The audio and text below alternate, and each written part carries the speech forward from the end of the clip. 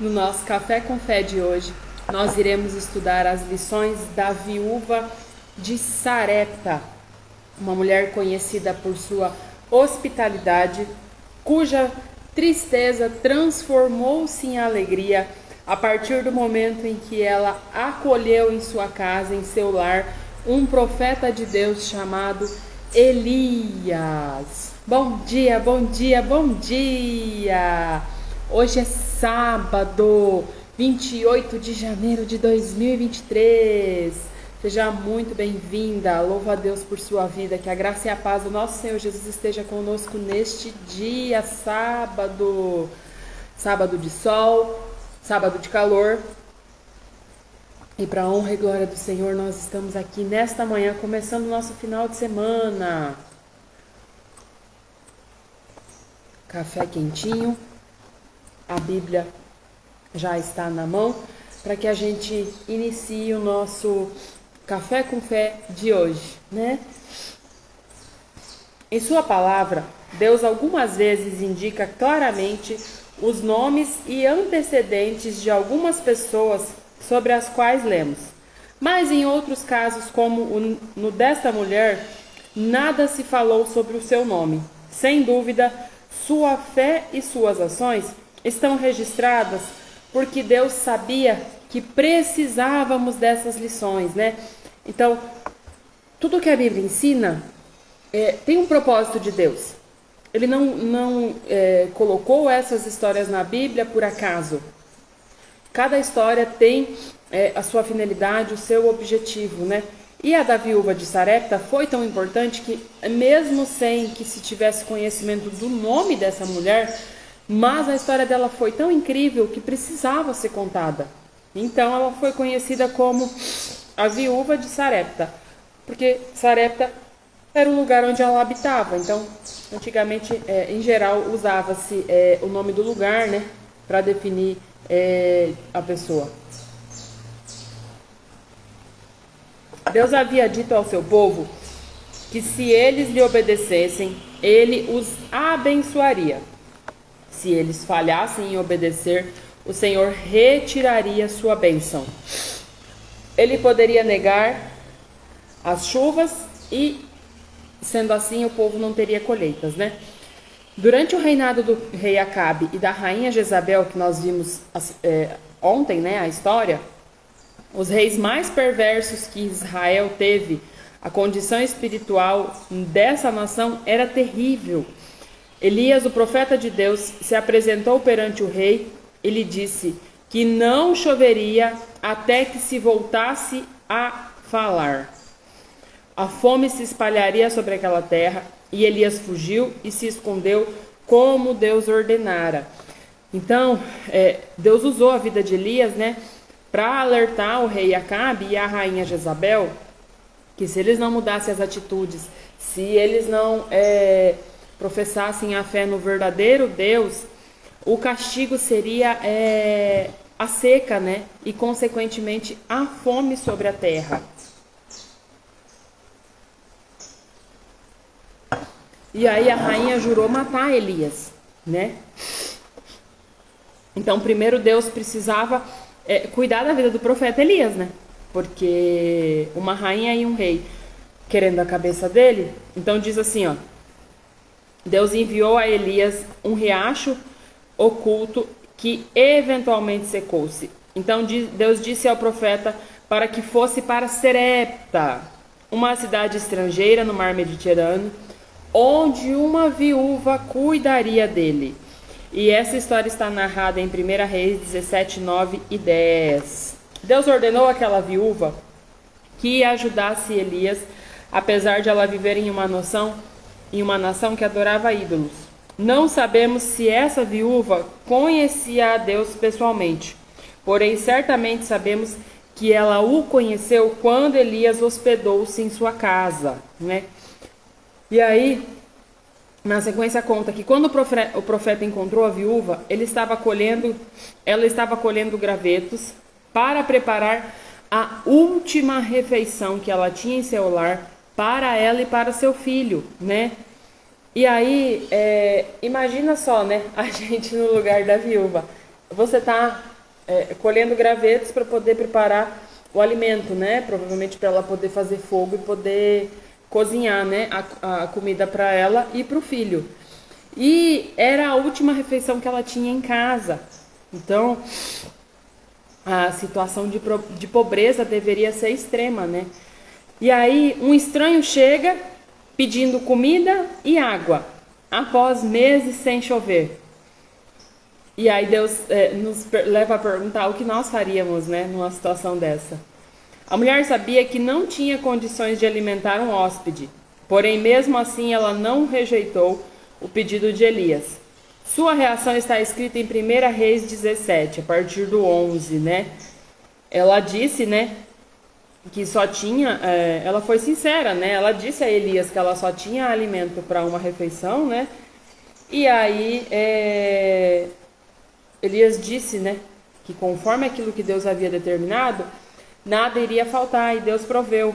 E assim ela pôde alimentar, né, o seu filho e também o profeta, porque o Senhor proveu dentro do lar daquela viúva. A necessidade suprida. Por sua festa, a mulher fez segundo a palavra de Elias, conforme ele havia recebido de Deus. O Senhor cumpriu sua promessa de prover a farinha e o azeite. Imagina a diferença que fez o profeta de Deus na casa dessa viúva. Todas as preocupações da viúva sobre provisão de alimentos para ela e para seu filho foram eliminadas. Estou segura de que o transcorrer dos dias e meses, a viúva e seu filho devem ter aprendido muito sobre Deus, né? Provavelmente também se sentiram mais seguros com Elias em sua casa, né? Uma pessoa dando a eles o suporte ali de um homem dentro do lar, né? Não fala a idade do filho dela. Aconteceu que certo dia, o filho da viúva adoeceu e morreu. Mais uma vez a vida da viúva se inundou de desespero. Primeiro ela havia perdido o marido, depois devido a uma grande escassez de alimentos, não conseguia providenciar comida ao seu filho. Deus havia satisfeito essa necessidade através do profeta Elias. Mas agora seu filho estava morto. Em sua dor, a viúva transtornada acusou a presença do profeta em sua casa pela morte do seu filho, porque lembra que estava numa terra de deuses, do deus Baal, né? Talvez ela se conscientizara do seu próprio pecado quando o profeta lhes falou sobre Deus. Ela imediatamente associou a morte ao juízo por seus pecados. Elias não tentou responder à acusação da mulher, mas falou amavelmente, como diz em 1 Reis 17, 19 a 24. Dá-me teu filho, tomou-o nos braços e o levou para cima ao quarto, onde ele mesmo se hospedava, e o deitou na cama. Então clamou ao Senhor e disse: Senhor Deus, também está esta viúva com quem me hospedo. Estende a mão e o menino voltará a viver. Então a mulher disse a Elias: Nisto conheço agora que tu és o Filho de Deus e que a palavra do Senhor que sai da tua boca é verdade.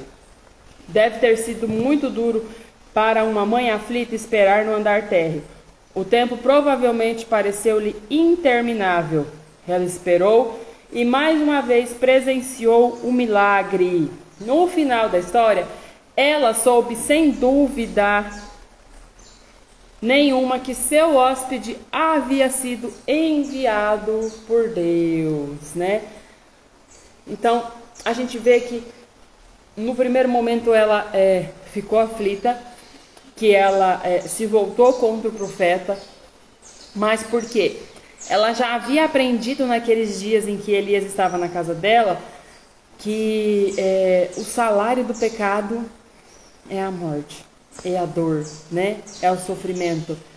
Tanto que, estudando as mulheres da Bíblia, a gente percebe que a própria infertilidade surgiu a partir do pecado lá de Adão e Eva. Tem origem lá no Gênesis.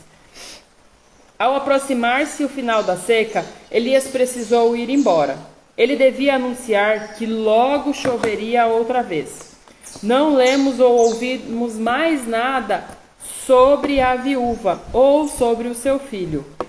Mas um dia Jesus estava ensinando na sinagoga em sua cidade e usou o exemplo da hospitalidade da viúva, dizendo: de fato vos afirmo que profeta nenhum é bem recebido na sua própria terra. Na verdade vos digo que muitas viúvas haviam em Israel no tempo de Elias, quando o céu se fechou por 3 anos e 6 meses, que foi o tempo que não choveu, reinando grande fome em toda a terra, e nenhuma delas Elias foi enviado, senão para Serepta, onde foi acolhido pela viúva. Usando essa ilustração, Jesus ensinou que, assim como a viúva estrangeira foi generosa para com o profeta de Deus, ele também, Jesus, foi aceito na vida e no coração dos gentios, quando foi recusado, rejeitado pelo seu próprio povo, né? E aí, o que é o chamado da palavra de hoje, né? A palavra hospitalidade. A hospitalidade é um ministério importante para as mulheres. O apóstolo Paulo inclui a hospitalidade como parte das obrigações da igreja em Romanos 12:13. Compartilhai as necessidades, praticai a hospitalidade. Paulo também incluiu a hospitalidade como parte do estilo de vida de quem se qualifica como pastor. Então, a pessoa que vai ser líder, vai ter um ministério, ela precisa, né? Uma das qualidades, está dizendo aqui, que é ser hospitaleiro, porque as pessoas vão lhe procurar com dificuldades e você vai precisar receber essas pessoas, né?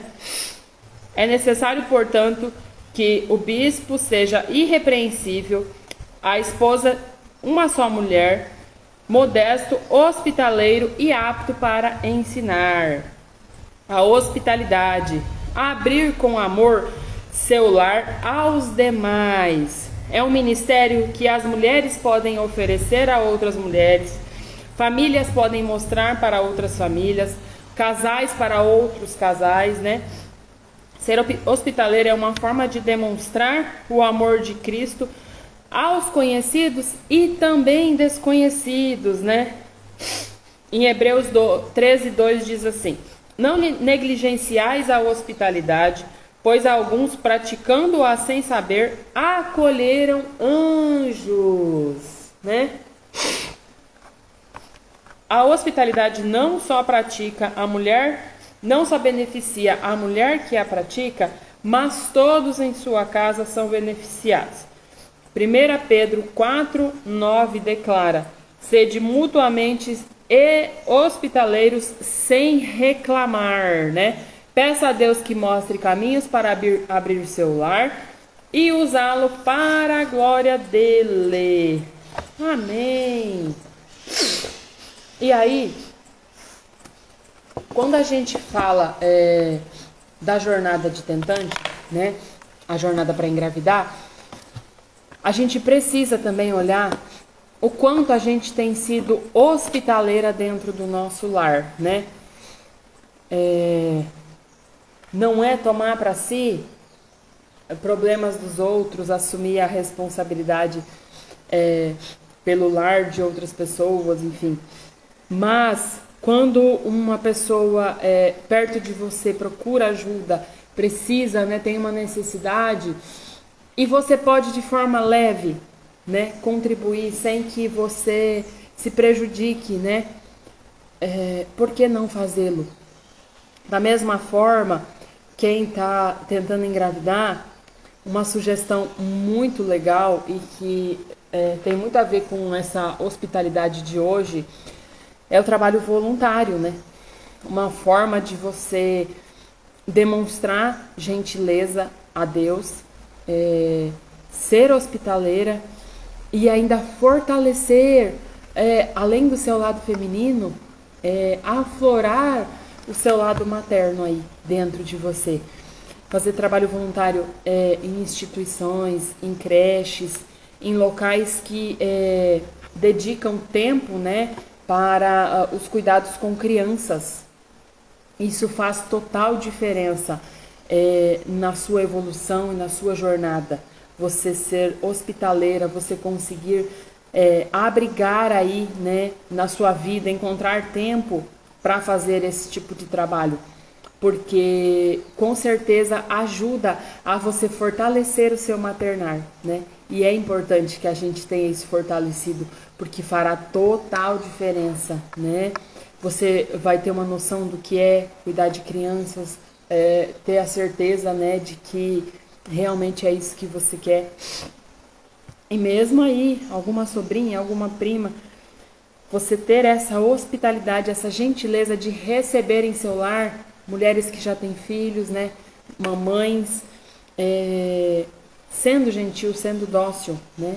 Deus avalia a intenção do seu coração. Então, quanto mais hospitaleira você for, mais receptiva você for, com certeza melhor Deus te verá, né?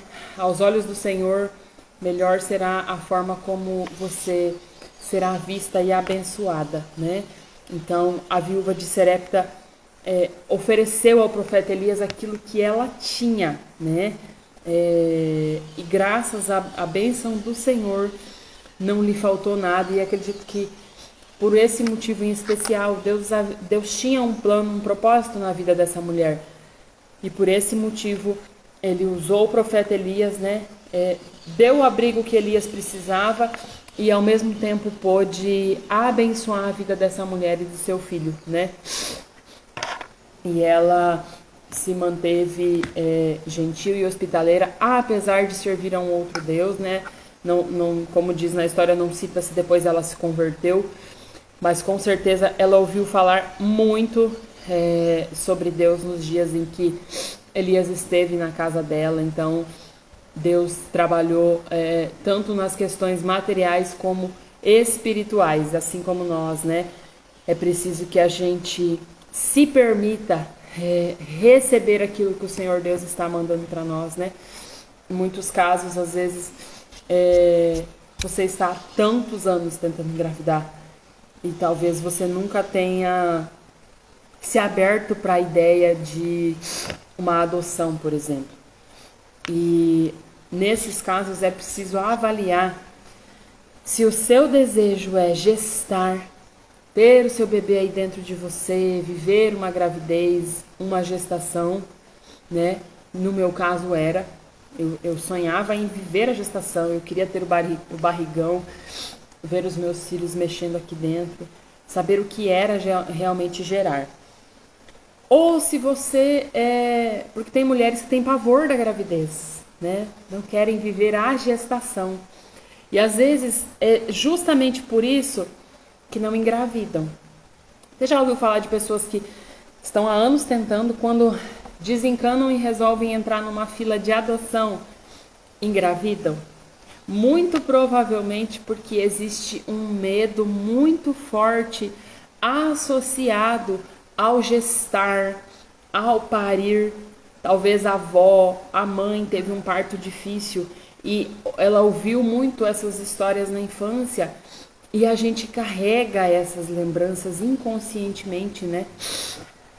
Os traumas, lembra que nós falamos ontem? A importância da gente lidar com os nossos traumas para não transferir para os nossos filhos, entra nessas questões. Então talvez tá tudo bem com você e você não consegue engravidar porque existe medo aí dentro de você. Você tem medo de gerar, medo de gestar, medo de morrer no parto. Medo está intimamente associado com a dificuldade para engravidar. É o seu próprio organismo bloqueando uma coisa que a sua mente está enviando um sinal de alerta. Então é muito importante olhar para isso. E aí por isso que muitas mulheres, quando entram na fila de adoção, conseguem engravidar. Porque aí elas estão focando no objetivo do bebê já nos braços. Elas já estão visualizando o bebê nos braços. Não estou dizendo que é regra e que vai acontecer. Mas isso explica o porquê a gente ouvir tantas histórias de mulheres que, ela desistiu e resolveu adotar, engravidou, entende? E talvez adotar realmente seja uma opção. Se dentro das suas possibilidades você acredita que viver a gestação não é importante, mas ter o seu filho nos braços por que não, né? Pensar nessa possibilidade e mais do que isso, colocar em oração para Deus, né? Porque a resposta virá dele. Então, é sobre isso, é sobre olhar para aquilo que é leve no seu coração. Se falar sobre isso for leve, for confortável, busque respostas para isso. Se não for, se for pesado, se for Deus me livre, ai, então segue aí na sua jornada. Só não desiste, porque só não consegue quem desiste. Amém? Oremos. Senhor, meu Deus, meu Pai, chego em Tua presença para Te louvar e Te agradecer, Te bendizer, Senhor Deus, Te louvar. Quero Te pedir que nos perdoe por todos os nossos pecados, por todas as nossas dores, Senhor Deus, pelos momentos em que não confiamos, não acreditamos na Tua palavra, na Tua vontade sobre as nossas vidas, Senhor Deus. Nos abençoa neste dia, nos proteja, nos guarde, nos livre de todo mal e todo perigo, Senhor. Que todo lar onde essa palavra chegar seja abençoado, Senhor Deus. Seja um lar onde frutifique, onde o medo, Senhor Deus, dê lugar ao amor. Que possamos, Senhor Deus, cada vez mais nos fortalecer na Tua palavra, confiando e crendo que o Senhor fará tudo aquilo quanto for possível em nossas vidas, Senhor Deus. Eu oro e peço em nome de Jesus. Amém. Abençoado seja o nosso sábado, o nosso dia. Louva a Deus por sua vida, por estar aqui. Gratidão e um beijo no coração. Deus abençoe.